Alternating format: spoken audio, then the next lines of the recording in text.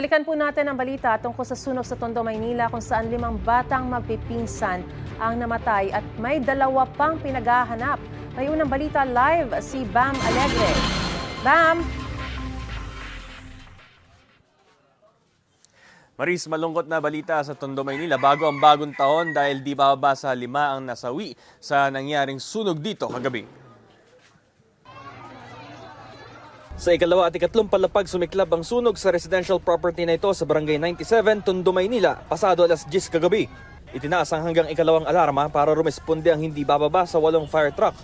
Masikip ang eskinita kaya nahirapang gumalaw ang mga bumbero. Nagsimula po yung apoy sa second floor po ng 3-story building po. Meron po tayong 3 family po ang affected po. Magkakapatid po sila na nakatira po sa bahay.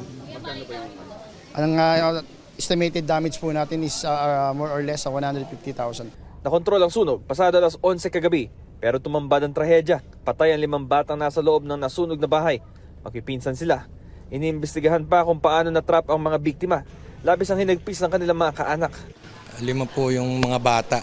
Dito lang po sila mag-New Year kaya lang inabot ng gano'n. Tuluyan na apula ang apoy 11:25 bago maghating gabi.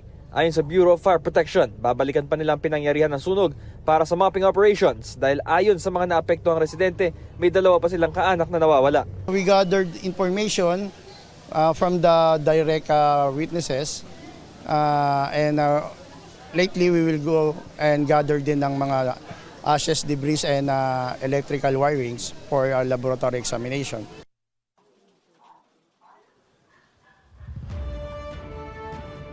Maris, makikita ninyo sa ating likuran yung investigation line dito sa mismong property at dito magsisimula yung investigasyon ng BFP kaugnay ng sunog. Ito ang unang balita mula rito sa Maynila, Bam Alegre para sa GMA Integrated News. Gusto mo bang mauna sa mga balita? Mag-subscribe na sa GMA Integrated News sa YouTube at tumutok sa unang balita.